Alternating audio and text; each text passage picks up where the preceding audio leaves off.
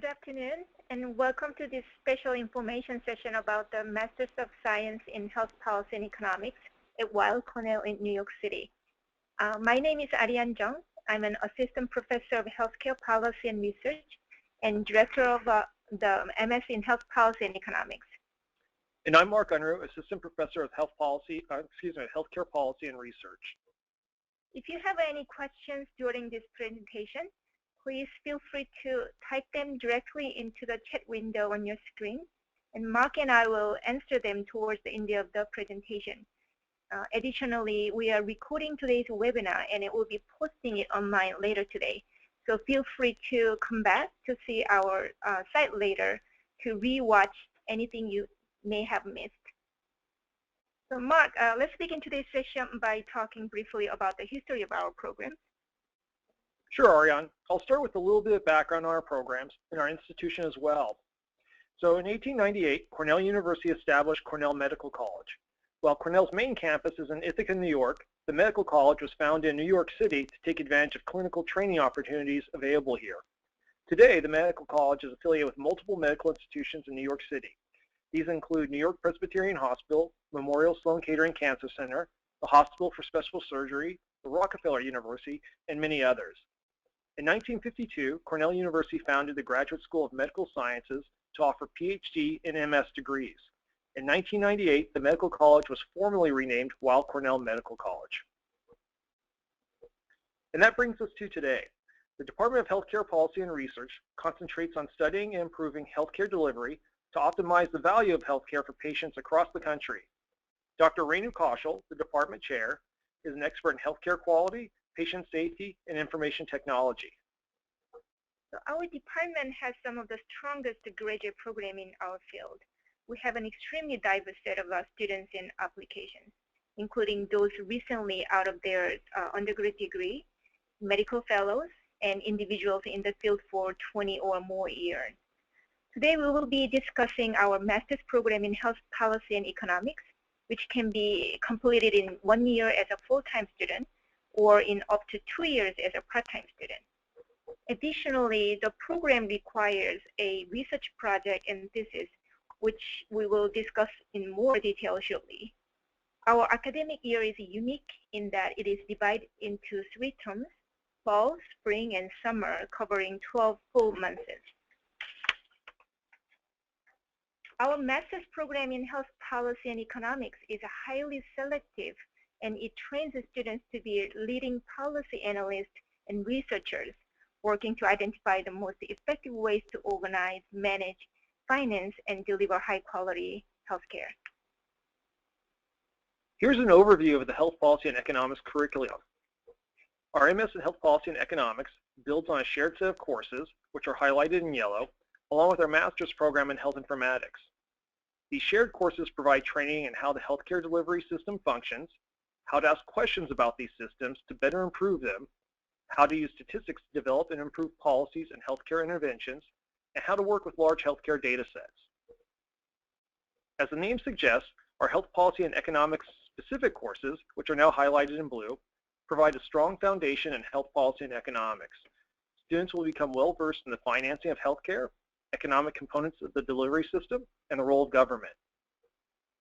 Understanding how incentives present in the nation's healthcare system, for example, ways that physicians and hospitals are reimbursed, all the way to the regulatory requirements for the development and approval of new drugs and medical devices, influence the cost and quality of care is essential to keep up with the changing healthcare landscape and to provide the best care possible. Utilizing cutting-edge statistical approaches, our students learn to conduct rigorous analyses with healthcare data using computing packages such as SAS, Stata, and R. The results of these analyses allow them to better comprehend how changes in health policy and new interventions in the delivery of care may improve the health of people across the country. And another unique aspect of our program is the research project. This is a required component that engages students in a hands-on research project that accumulates in a thesis. Each student works with a faculty mentor who provides training, helps identify and access healthcare data sets, and facilitates interaction with faculty and staff conducting research studies. After completing their degree, Our students have opportunities as researchers and policy analysts in the healthcare industry, federal and state health departments, research institutes, academia, insurance companies, and consulting firms.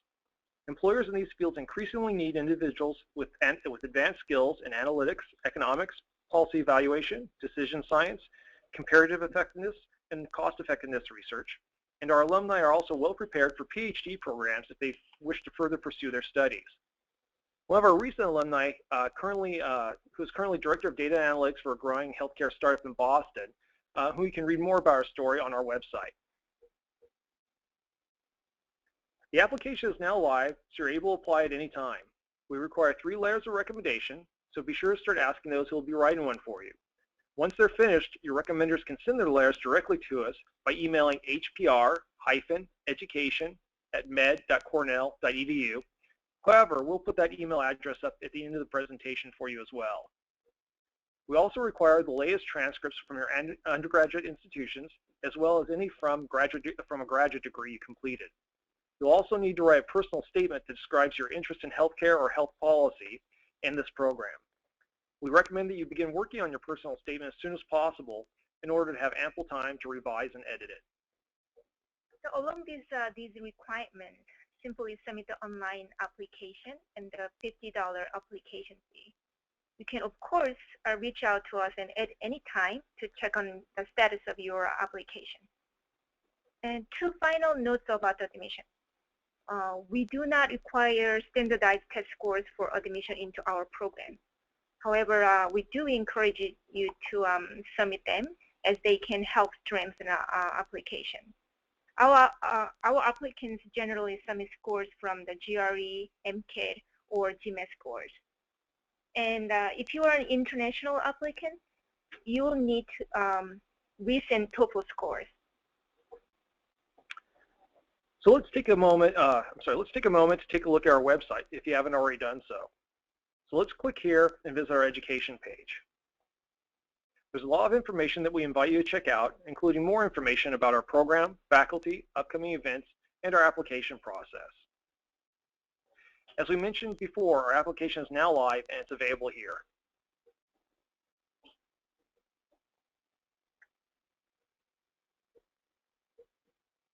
Great. Thanks, Mark. Now let's go over a few questions that some of you submitted during our presentation. Okay, so it looks like some people are interested in job prospects. So as we mentioned earlier, after completion of the degree, students have career opportunities as policy analysts in the healthcare industry, government organizations, which may include federal and state health departments, or even local health departments, research institutes, academia, and also consulting firms. So these employers, as we know, increasingly need individuals with advanced skills in analytics, economics, policy evaluation, decision science, implementation science, as well as comparative effectiveness and cost effectiveness, which are all things that you'll learn in this program.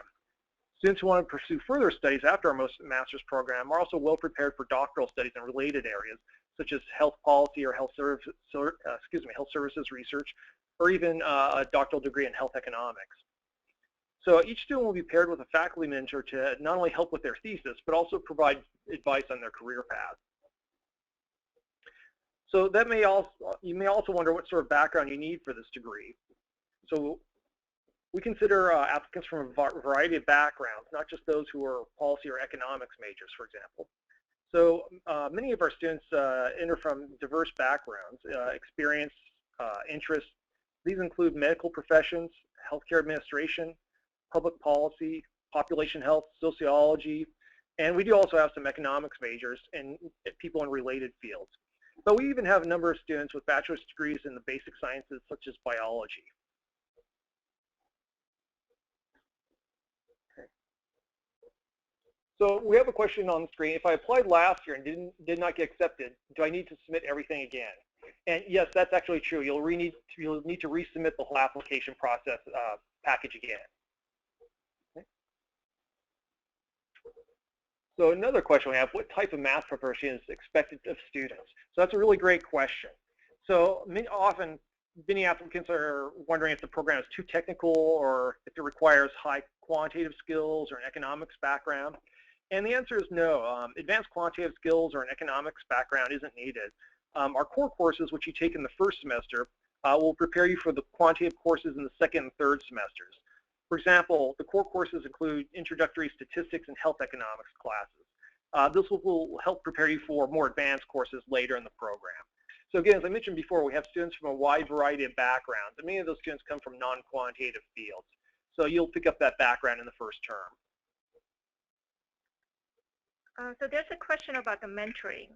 So we keep our class sizes and student-to-faculty ratio low so that our students get the most personalized experience possible.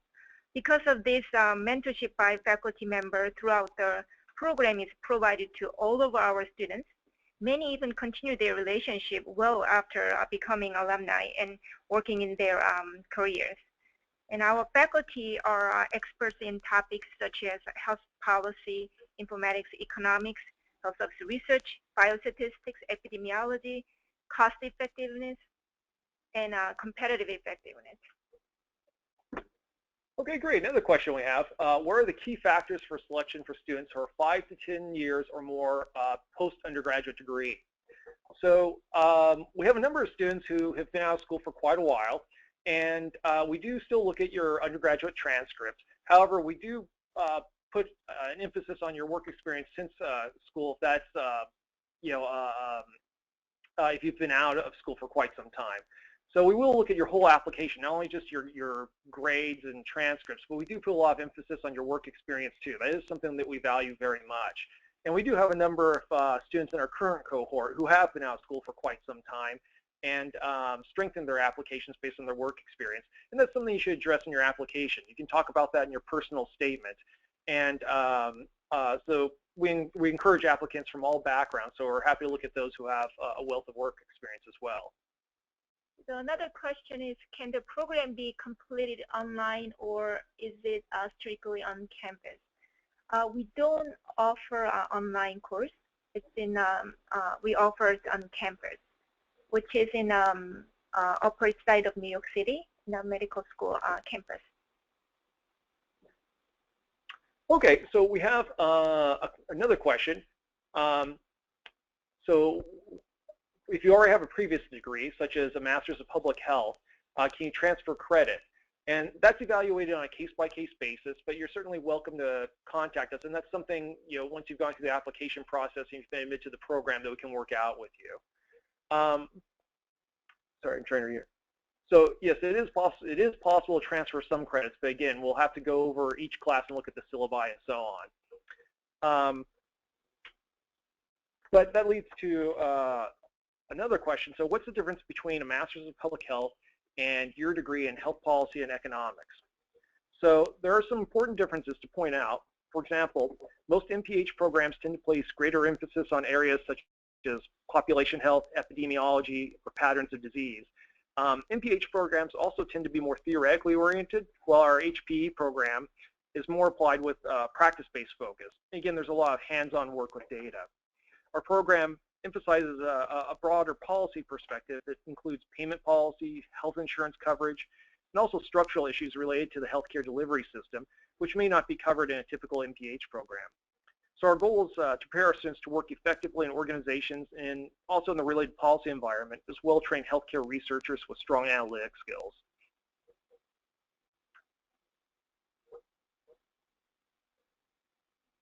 Okay.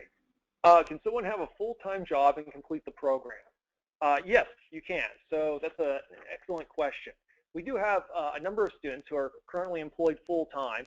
Most of our classes are offered in the evening, generally after 5 o'clock. Not all of them. Occasionally there will be one in the late afternoon. But it is possible to work full-time and also to complete the program part-time if you like.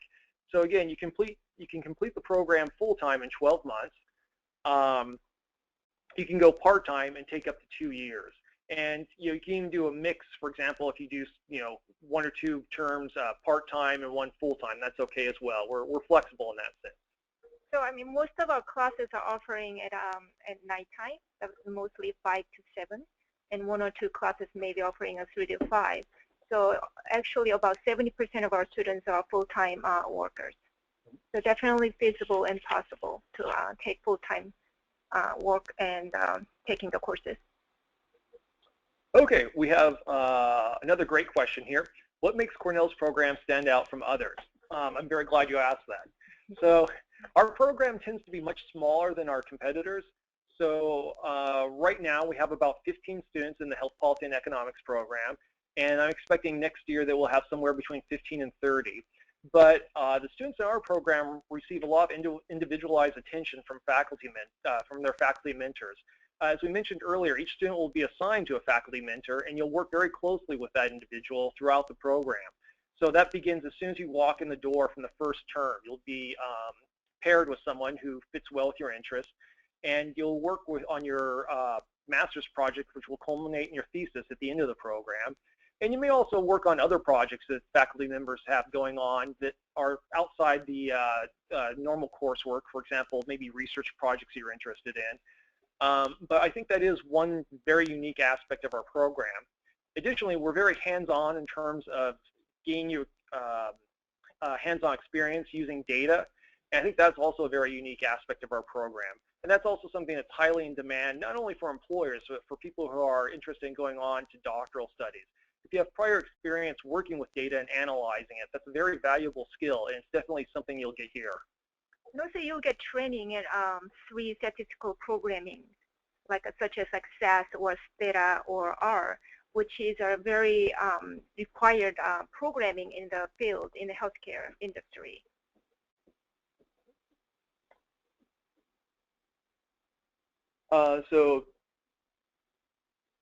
We have a question. If you're an international applicant and you already have a degree from school in the United States, do you still need to submit TOEFL scores?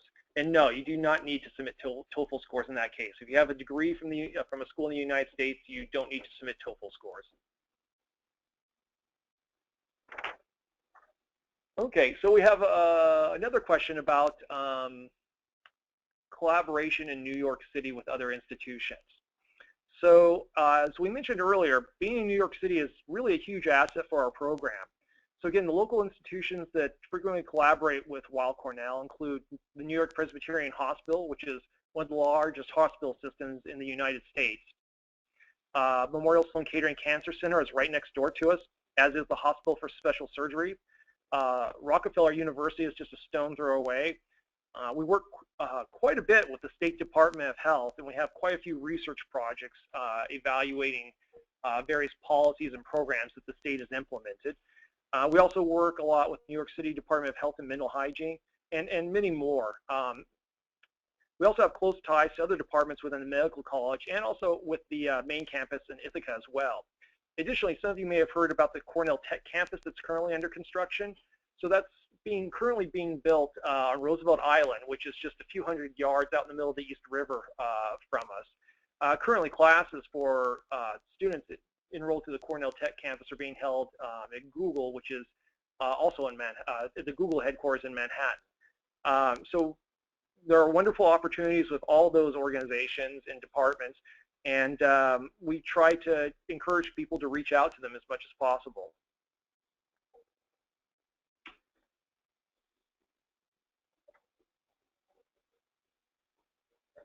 Okay, great. That seems like all the questions that people have for right now. Those are great questions, everyone. Do you have any other questions? Okay. Well, Mark and I wish to thank you for taking a few minutes to learn more about our program. And this is such an exciting time to be in the healthcare field. And I'm so happy to see such a strong, dedicated students in our program. I hope to see applicants from all of you this fall. Please feel free to reach out to us at any time if you have any questions. I look forward to reading your application. Thank you very much. Goodbye, everyone. Thank you. Bye. Bye-bye.